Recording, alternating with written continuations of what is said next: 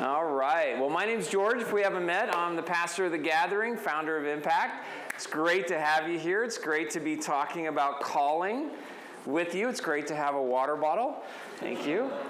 Let me go ahead and pray because there's something special about Vision Week where God can do exceedingly abundantly above all you could ever ask or imagine, but it requires an openness that we typically don't have. But I find that openness occurs when we get out of our normal routine. So that's what I want to pray for, that as we're kind of out of our normal routine, doing something a little special this week, that God would do something a little special in your heart and your life. So would you bow your hearts with me? Father, thank you for today, for the opportunity to be with these beautiful, wonderful people. And I pray that your Holy Spirit would just move in their hearts and minds today. That things that have been barriers that they may not even be aware of would just move to the side. And that they would hear your voice in ways that they may have never heard it.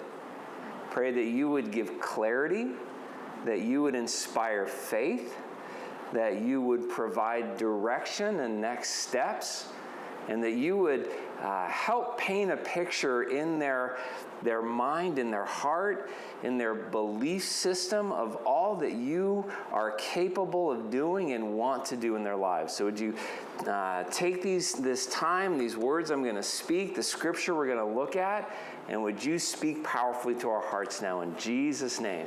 Amen. All right, we're talking about calling.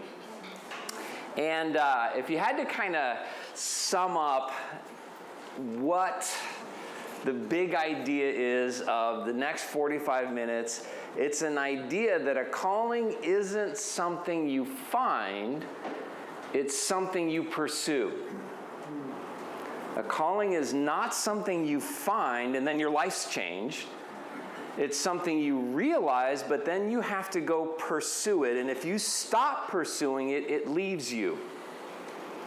So a calling is something you always have to pursue. This is the big idea of today.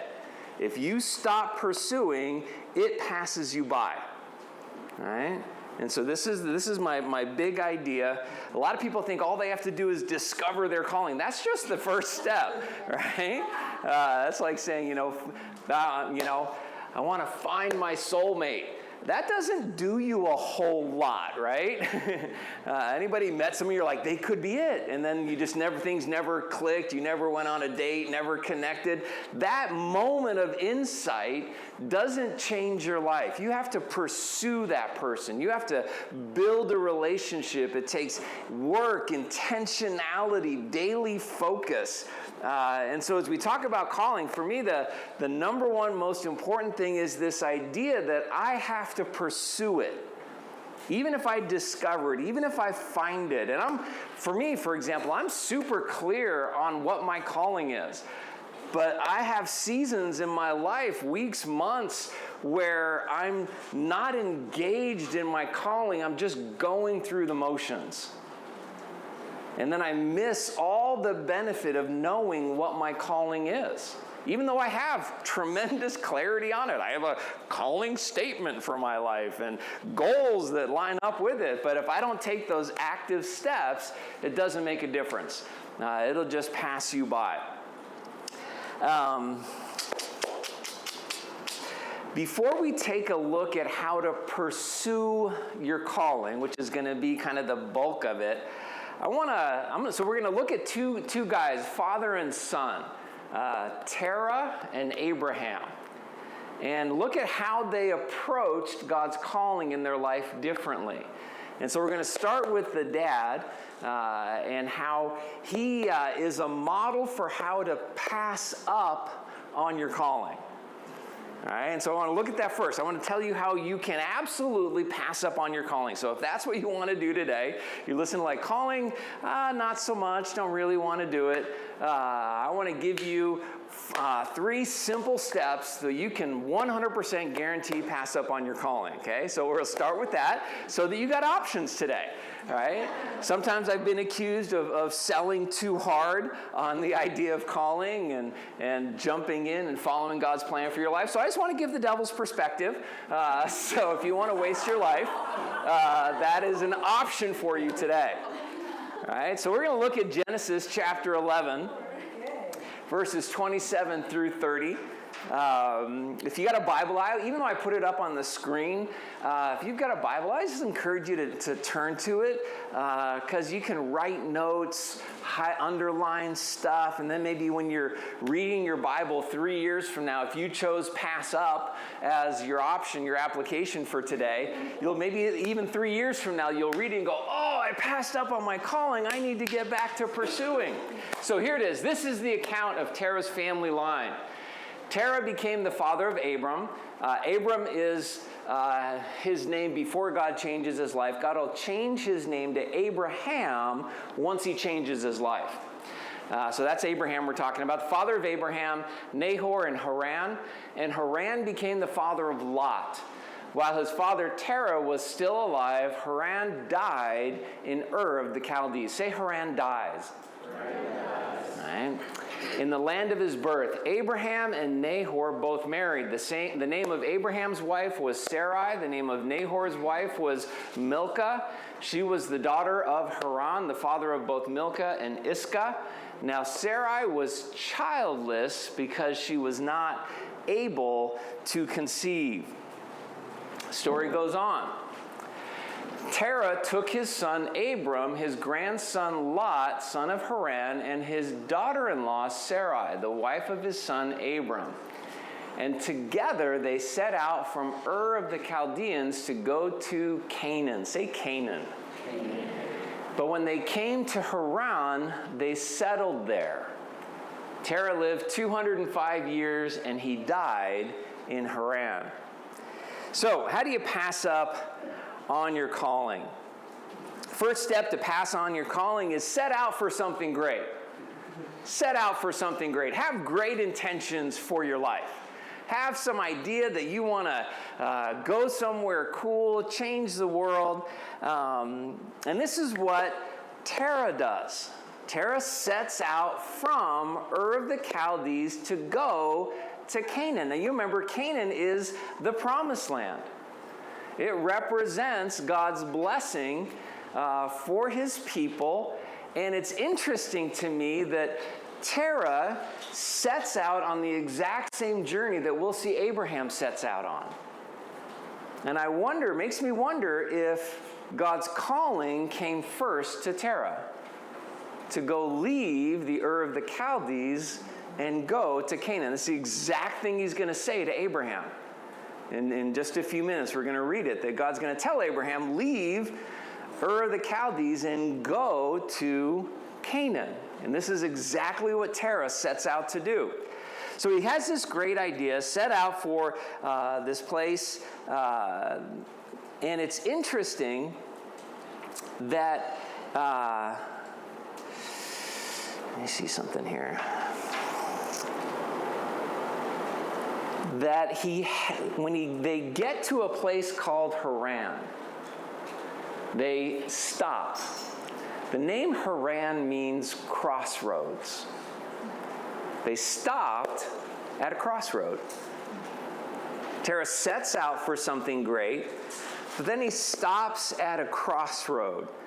And it's interesting that it also happens to be, I don't know if you picked up on it, where else did we see this name? It's the name of other kids. It's the name of his son that died. I just think that's interesting. The Bible doesn't tell us if there's any significance in there, but I think it's interesting, like most of us, that Terah pauses in the place of his pain. It's a crossroad in his life, and he's never able to move on from it. He just kind of gets stuck there in this place of his pain. And don't we sometimes get stuck in our past? Anybody ever been stuck in your past? Right? Past pain, past guilt, past failures, past disappointments. And notice that being stuck in your past keeps you from moving forward in the present. And sometimes we come to a crossroad in our life, like Vision Week at Impact, and we're wondering, what should I do? And the past is what ultimately determines our future direction. And we get stuck in this place. Now, it's interesting. Tara hesitates at this crossroad. And it's interesting that his name, Tara, anybody know what Tara's name means? No? Good. Who said dirt? Somebody knows their Latin. All right, that's good. Tara is dirt. But in Hebrew, it means delay. It means delay. And so if you want to pass up on your calling, be a Tara in Haran. Be someone who pauses, who delays at the crossroads, and doesn't make a decision one way or the other. So Haran means crossroads, Tara means delay, and here we see Tara delaying at the crossroads. So you may be at a crossroad in your life. You may be at a place of trying to figure out your next step, and the devil's going to come and say, I don't want them to pursue their calling, so I'm going to suggest they wait. They delay. That they don't take a step of faith, they pause and wait. And this is what I say. I remember if you've ever met Janet Baker, she came to like 1,800 Vision Weeks, right? And she just kept saying, I'm going to wait, I'm going to wait, I'm going to wait. She came when she was 17, and she didn't go to Impact until she was 62, something like that. No, it was a few years, but it was like she came to every single thing. She says, well, it's just not my time. And I'm like, when is your time? You're going to be dead here soon, right? It's time to get off the pot and flush, Let's move on here. All right, so my question to you is, are you stuck at a crossroad? Have you been stuck at a crossroad? And how do you know if you're at a crossroad? Super simple. Ask yourself, have you been considering a change? Wondering what to do, right? This is how you know you're at a crossroad, because you're at a point of decision. And if you've been at a place where you keep considering, maybe I should do something, you're at a crossroad. Are you delaying at the crossroad? So that's step one, right? Set up for something great and then hesitate at that crossroad. Step two is settle for halfway. Step two is settle for halfway. I don't know why I didn't type anything there. Fill in blanks. So it says, it's supposed to say, Tara doesn't stop, just pause at Haran. He settles there. That's what it's supposed to say. Tara doesn't just stop at Haran. He settles there. He settles down. And where is that slide? I'm going to skip something here because I want to get to that. So I want to show you, this is, so it depends on, so scholars are a little confused about where Ur of the Chaldeans is. It's either down here in a city called Ur, or it's up here in the land of the Chaldeans. So depending on which view you take, Haran is right there. And here is Canaan. Okay? And so notice that the red line is Tara. Where was he wanting to go? Canaan. He made some progress. He got out of the place he was, but he didn't get to where God was calling. And he settled for going halfway.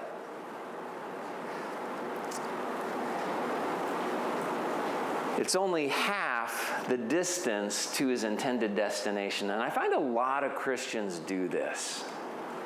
They get saved, they go to church, maybe they get involved in ministry, but they never step into a clear sense of calling for their life. And I wonder, have you settled for halfway? Settled into just the routine of life, your job, kids, and you've just lost sight of a clear sense of mission for your life. A rich, deep sense of purpose. And then the sad thing for Terah is that he then fades away in insignificance. It's the last we hear of him. Doesn't have any lasting impact, doesn't make a difference for his family. The last thing we hear is that Terah died in Haran. He just stayed stuck and faded away into insignificance. So those are your 4 devil-approved steps for passing up on your calling, right? Remember, what was step 1? Set out for something great, right? The devil loves to give us great ideas, right? Oh, you should do this and start this, and if you could, because what he really wants in our life is a deep sense of disappointment, a deep sense that it's not working out. And so he'll happily give you this, yes, go for it, sense in your life, and then he'll bring you to a crossroad that reminds you of your past and your pain, so that you'll settle down there and not keep pursuing, so that you'll fade away into insignificance. All right, so there it is. I wanted to give you guys options today. That's your devil-approved option for passing up on your calling. If that's you, you're free to leave. Right? Just feel free. That's it. That's all I got for you. Right? If you want the other side, if you want to pursue your calling, here's the next step. We meet a guy named Abraham, Terah's son. And I love that Abraham doesn't let his father's legacy determine his. Doesn't let his family history shape his future. The Lord said to Abraham, say the Lord said. The Lord said. Go from your country, your people, your father's household to the land I will show you. I will make you into a great nation, and I will bless you, will make your name great, and you will be a blessing. I will bless those who bless you. Whoever curses you, I will curse, and all the people on earth will be blessed through you. Goes on to say, so Abraham went. Say, Abraham went. As the Lord told him, and Lot went with him. Abraham was 75 years old when he set out from Haran. He took his wife Sarai, his nephew Lot, all the possessions they had accumulated, the people they had acquired in Haran, and they set out for the land of Canaan, and they arrived there. Abraham traveled through the land as far as the site of the great tree of Moreh at Shechem. At that time, the Canaanites were in the land. The Lord appeared to Abram and said, to your offspring I will give this land. So he built an altar there to the Lord who had appeared to him. From there he went on towards the hills east of Bethel and pitched his tent with Bethel on the west and Ai on the east. There he built an altar to the Lord and called on the name of the Lord. And then Abraham set out and continued towards the Negev. So here it is. Here's how you, first I want to look at God's promises to the pursuers. God makes some promises to the pursuers. Now, these are specific promises that are made to Abraham, but we're going to see, if we had time, that those who put their faith in God through Jesus Christ are considered heirs of Abraham and heirs of this promise. Make sense? So this is God's promise not just to Abraham, but to you if you will put your faith in God through his son Jesus Christ. These promises are absolutely for you. So what are God's promises to the pursuer? First one, I'm going to call it significance through multiplication. All right, significance through multiplication. Anybody love math? Anybody know math? No, you went to California public school system? Right? Right? This is interesting, right? God says to him, I will make you a great nation. I will make you, your name great. I think it's interesting here that many people hear that as good. I will be great. Right? They got to hear this, God, I'll make you a great. No, I'm going to be great. I'm going to be awesome. And most people, when they think of greatness, they think in terms of addition, not multiplication. And so they're trying to add things to their life that will make it great. It's just addition. They want to add more money, more popularity, more success, more happiness, right? And they feel like if they can add these things, their life will be great. Let me ask you, have you fallen into that trap of trying to have a great life through addition? Adding a relationship, adding children, adding a career, adding more finances, adding more comfort and convenience.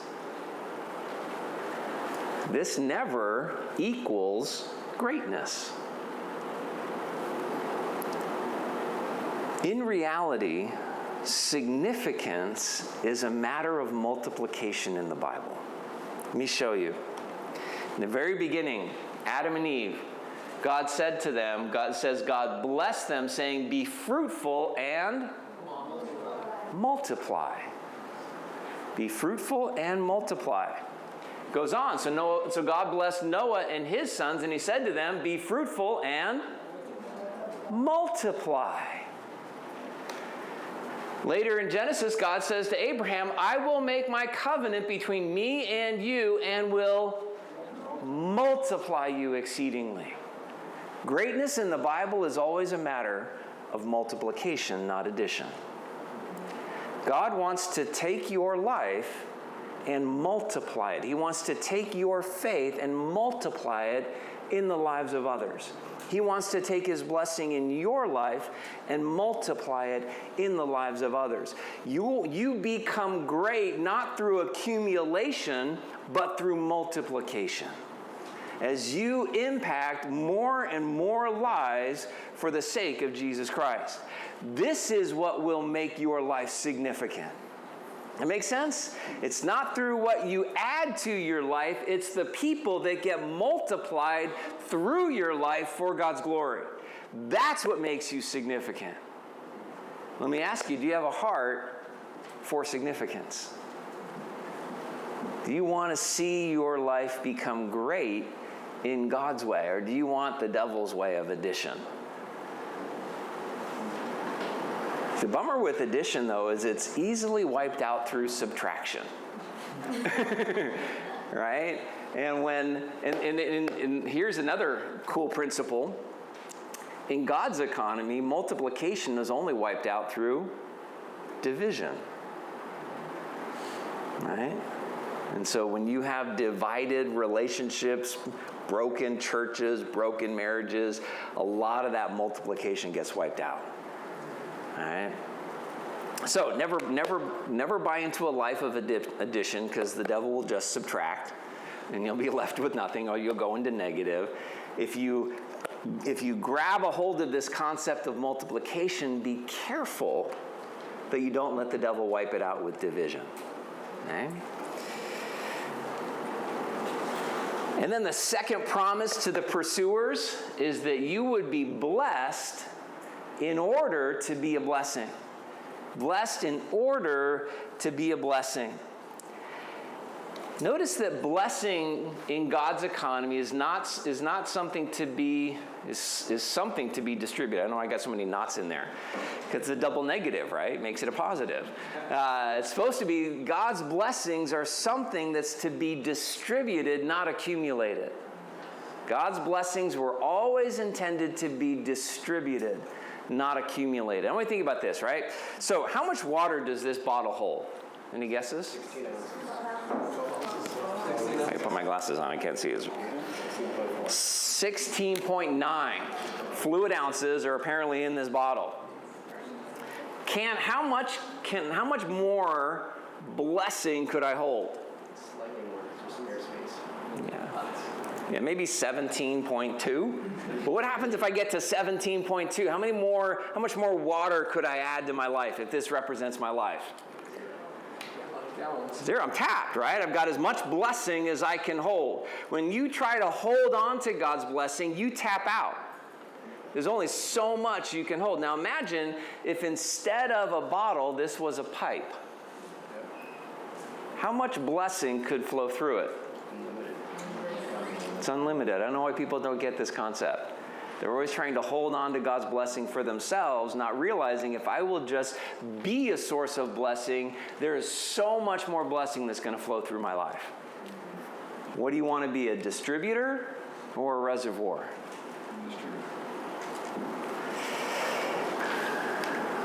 Do you have a heart to be a blessing?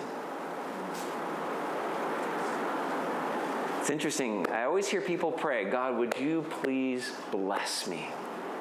God, would you please bless that person? I love the heart behind it because it's turning to God, but I think they miss the principle of it. If you really wanted to be blessed, you'd say, God, please make me a blessing. If you wanted someone else to be blessed, you'd pray, God, make them a blessing. You want to pray blessing on your kids? Pray, God, make my kids a blessing to others. Because then they will experience a level of blessing like nobody else on the planet. But if they grow up being selfish and self-centered, it's going to be a very limited amount of blessing in their life. And they're always going to wish they had more. So this is kind of the incentive, right? This is the heart you've got to have to pursue a calling. Right? You've got to be willing to find your significance through multiplication. You've got to look to be blessed so that you can be a blessing to other people. Once we do that, we can start to pursue our calling. And look at how Abraham pursues God's calling. The first is to listen for God's voice. To be in a posture of listening. The very first thing we saw with Abraham in chapter 12, verse 1 was that God spoke to him. God spoke to him. And I want to ask you, are you in a posture of listening? Most people are too busy to hear God. Their life is just jam-packed from morning till night, never with a moment where there's silence. Think about the last time there was silence, right? What happens when you get in your car? What do most people do? Turn on the radio, right? The minute you're by yourselves, right? You see most people have earbuds in all the time, listening, right? Even when they're working out or running, they're listening to something other than God. They get home, what do they turn on? TV, so there's somebody else talking. And we spend so much time with so much noise coming into our head that we're just too busy to hear God. The second thing that I see people do is that they're too stubborn to listen to God. And stubbornness in this way looks like an idea of what my life should be like, and I'm unwilling to hear anything else other than that. All right? You ever had a conversation with a 2-year-old that has their heart set on something? How does that typically go? Do they listen? No, because they are not open to something different than what they want. As Christians, we have an idea of what our lives should look like, and we often get too stubborn to hear God say something different. And if God's voice doesn't line up with what we want, we're unwilling to hear it. And you can go your whole life never being willing to actually hear God. And so when people say to me, I just don't hear the Lord's voice, I start to ask, why? Because God's speaking, right? So are you too stubborn? Are you too busy? Are you living in sin, right? So that you're actually far from God and not close enough to Him to hear His voice?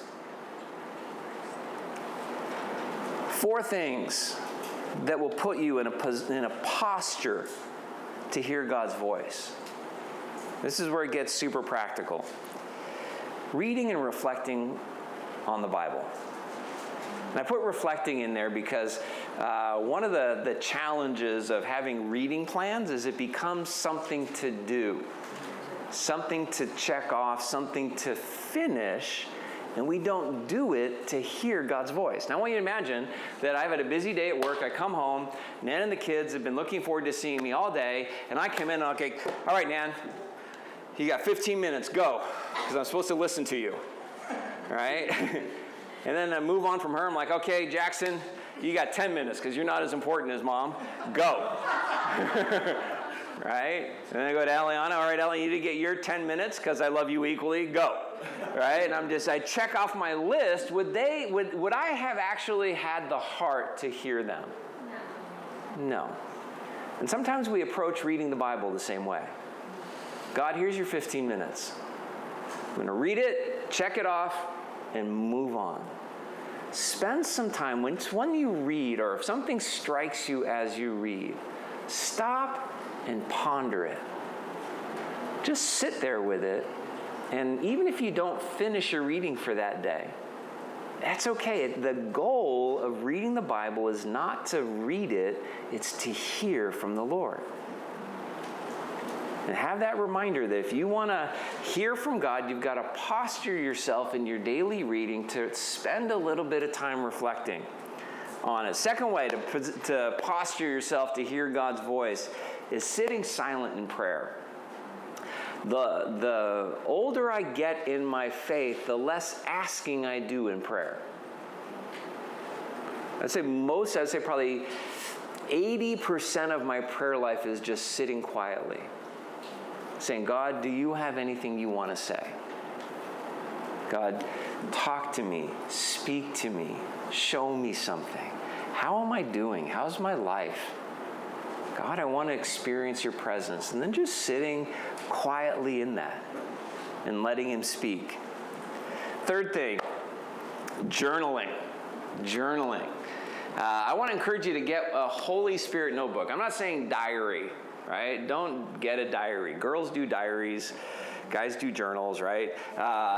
Get a Holy Spirit notebook. And this is just, I always carry a notebook with me. So I don't write in it every single day. I don't like, dear diary, today I did this. And, it's not a record of my activity, but I carry it with me everywhere. It's in my backpack right now.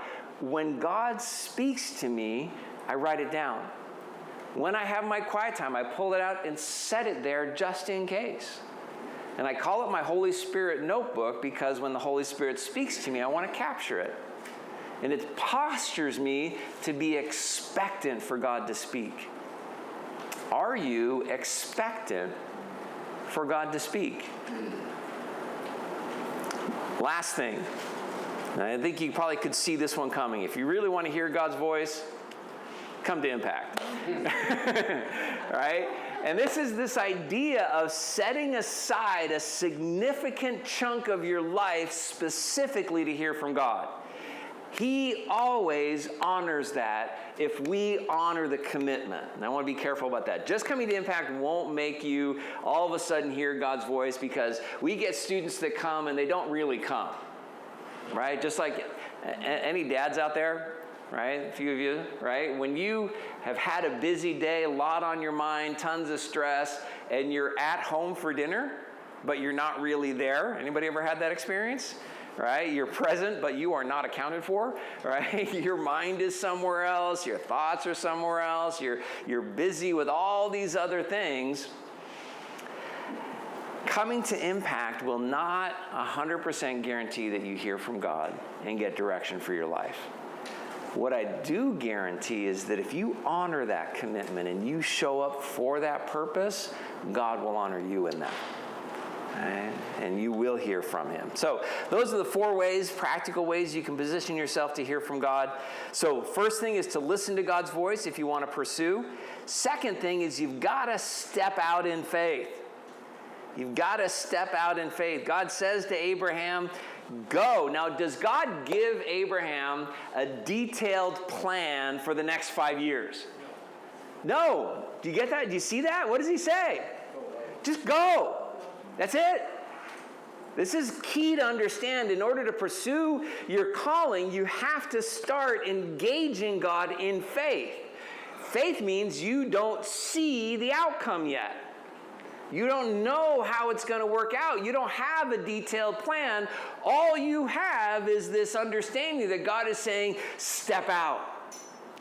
Don't be a Terra, right? Don't be a Terra. You've got to step out in faith. Now notice the Lord appears to Abraham after he takes a step of faith. All he gets from the Lord before that is go.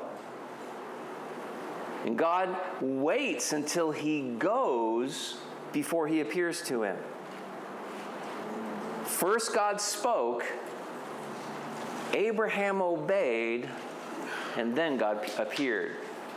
If you want God to show up in your life, what do you need to do? Take a step of faith. Or you could go with passing on your calling, and you've got those 4 devil-approved points of how you can fade away into insignificance. God shows up for those who step out. But so many people want God to show up before they go out. They want God to show them before they take that step. They want the details all worked out. They want that spiritual lifetime warranty, a fully satisfied money-back guarantee, and it better come with free shipping, because we're all used to that now, right? Next day shipping, right? And so step number 1 is listen for God's voice. Step number 2, step out in faith. Step number 3, and this is important, build altars. Build altars. So many believers waste their life building up the wrong things.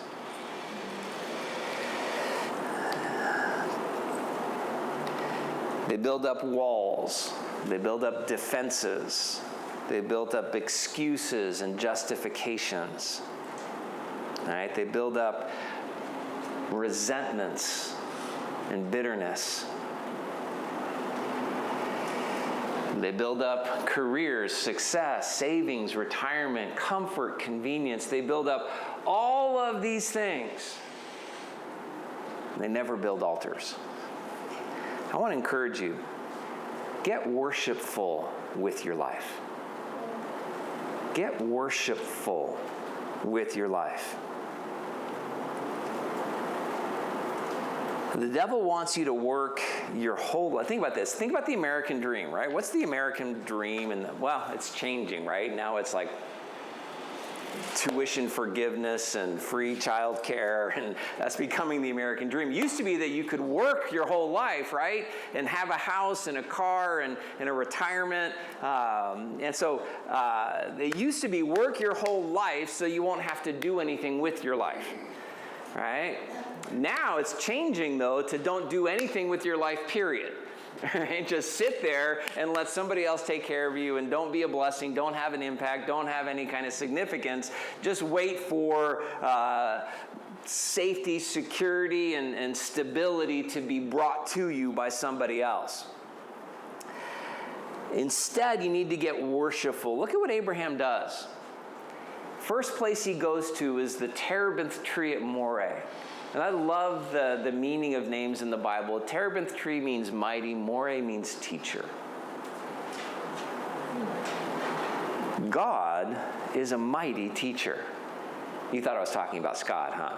No. God is a mighty teacher. We worship him by learning. By saying, God, I want to learn from you. I want my life transformed by you.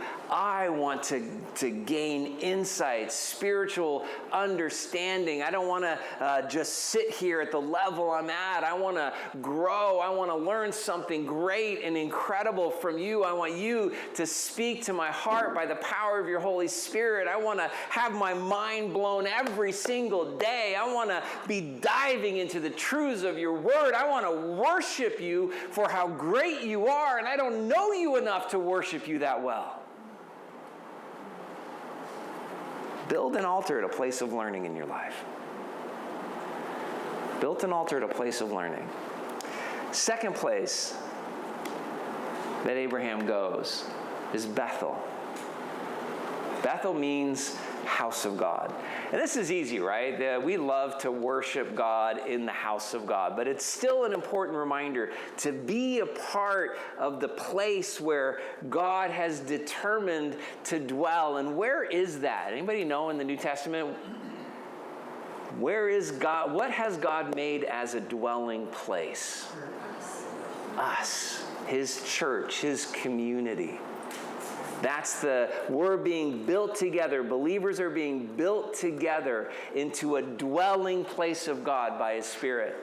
And this is another thing that hopefully you get to experience coming to Impact is this experience of community, this developing of lifelong friends, this place where we're all on the same page pursuing God together.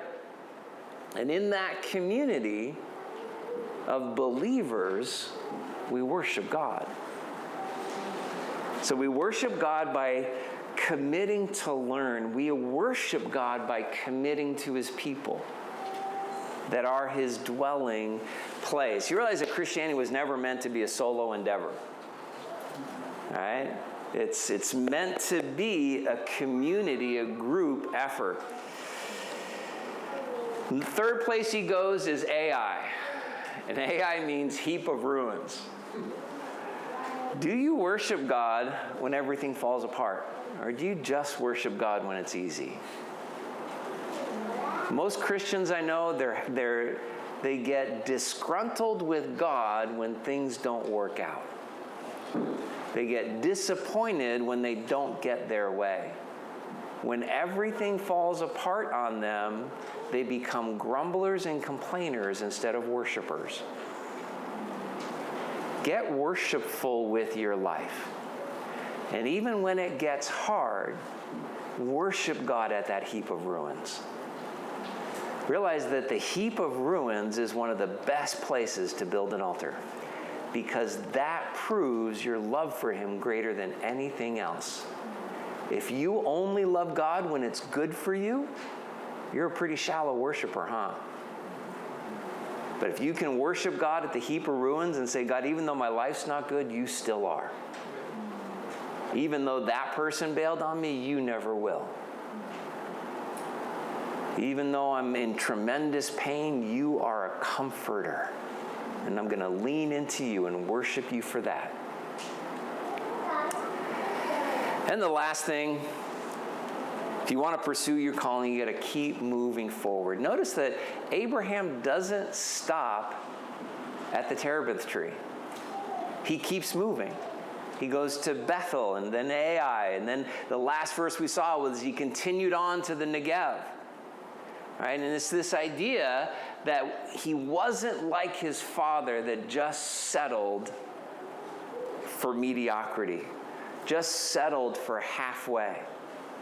He realized that every stage was an opportunity to learn something new, to experience God's presence more, and to worship him no matter what it was like. So my encouragement to you is don't pass up on your calling. Be a pursuer. Be someone who presses in to experience God, to hear his voice, to step out in faith, to build altars, to be worshipful, and then someone that will keep moving into the next season, keep taking the next step, right? So impact isn't the culmination of your journey. It's just a push, it's a catalyst, it's a clarifier, it's a sanctifier, right? And my current students are like, amen, right? It puts you in the furnace, but not to, the goal is not to burn you or melt you down, but it's to get out the stuff that's not worth anything in your life. And sometimes that's painful. And sometimes it's surprising how much in our lives is worthless. Right? We're like, wait, I thought this was like a little polish and buff. I didn't think I needed that much work, right? I didn't think my whole life needed to be melted down. But sometimes that's the case. So I encourage you, I think Impact's if you're here, I think you really ought to consider it, because it's a great opportunity to set aside 9 months of your life to see God do something new and profound in your life. So let me pray for you. Let me pray for the food. John's got a question? Do you have time for a question? I do. All right. You're just cutting into everybody's lunch. I don't care. that doesn't bother me. Perfect. I could run faster than almost everybody. All right. I want you to return to AI, the Hebrew rules. Yes. And you... I prefer not to. But. Yeah, you know I don't. You made mention of, or used as sort of an example of how people act when they're on Hebrew ruins and they get mad at God. The implication being, yeah, my car got wrecked and things just went really crappy in the real world and I'm blaming God for that. But I would like you to speak to the Hebrew ruins that sometimes happens amongst well-meaning people that are literally pursuing their calling, and they still land on a heap of ruins. So the problem isn't the heap of ruins. The problem is what you do at the heap of ruin. We should worship God on that heap of ruins. And I know that I shouldn't be upset about the worldly bad crap that happens to me, because I did it. But I want you to talk about the heap of ruins. How to turn that around into God is good and worship God. When I am going to Canaan with Abraham, and I think I'm doing the right thing, but I still land on this heap of ruins, and I'm still supposed to worship. Yeah. I want you to. Yeah, I say great. How? I mean, how? Because the heap of ruins isn't what determines your life. God is. Right? Realize the heap of ruins is in the promised land. Right? It's not outside the promised land. It's right smack dab in the middle of it. And Abraham builds an altar there. Right? And the idea here is that we're not afraid when you are pursuing your calling and you're following God, you're not afraid of your life falling into a heap of ruins. It's people that don't have God that think this is everything. That my circumstances are everything. And if I don't have good circumstances, I've got nothing. Instead, I'm saying, even at the heap of ruins, God's there. And He is better than my circumstances. And He's worth worshiping even in those circumstances. He's still wanting to bless my life so that I can be a blessing to others. I mean, you look at Jesus' life. How many people would love to have Jesus' life? How many people would love to be as close to God as Jesus? Have the relationship that Jesus had with the Father? How many people would love to have Jesus' relationships? How many people would love to have Jesus' wisdom? How many people would love to have Jesus' peace? How many people would love to have Jesus' prayer life? How many people would love to have Jesus' joy? But He was a homeless man.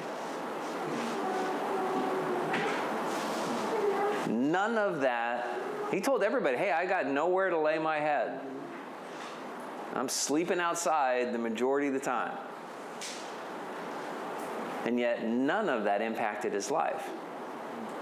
Even when his circumstances, he had no money, no retirement, no bank account. I only realized, what did Jesus own when he died? Clothes on his back. That was it. That's all they had to divide. Right? We'd look at him as, if he was an American, we'd say his life was in ruins and he ought to get into a government program. Right? Apply for some help. Right? At least get an EBT card, right? You know, that they're needed. It's so steeped in our thinking that our circumstances have to be good, our health has to be good, our career has to be good, we have to be secure and stable and happy and all of these things for us to be blessed. And I'm saying the exact opposite. You could be at a place of ruin and be in the best position of your life. Because you're relying on God, you're trusting in Him, you're worshiping Him, you're as close to Him as you've ever been. Your prayer life is the best it's ever been. I'm not saying it's going to be fun, but I'm saying it could be the richest and most significant season of your life. If you build an altar there. Now, here's the opposite, right? Here's the if we want to go back to the devil's 4 approved ways of passing up on your calling, are you ready to sign up? No? I know, she's got an application in hand, right? Here's what the devil wants you to do at a heap of ruins. Instead of building an altar, he wants you to dig a cesspool and then climb in it and wallow in your own filth. All right? What are you going to do? When life becomes a heap of ruins, you're going to build an altar or dig a cesspool. Did that answer your question? Absolutely. All right, perfect. Let's pray for lunch. Father, thank you so much for this group. I pray you take these words in the Scripture and touch their hearts and spark their faith and encourage them to take a step out, even though they don't know where to go. They just start moving with you. They start engaging you in faith. And I pray you give them that heart and that encouragement. I pray you bless the conversations at lunch, bless the food. In Jesus' name, amen. All right, God bless you guys. We got lunch.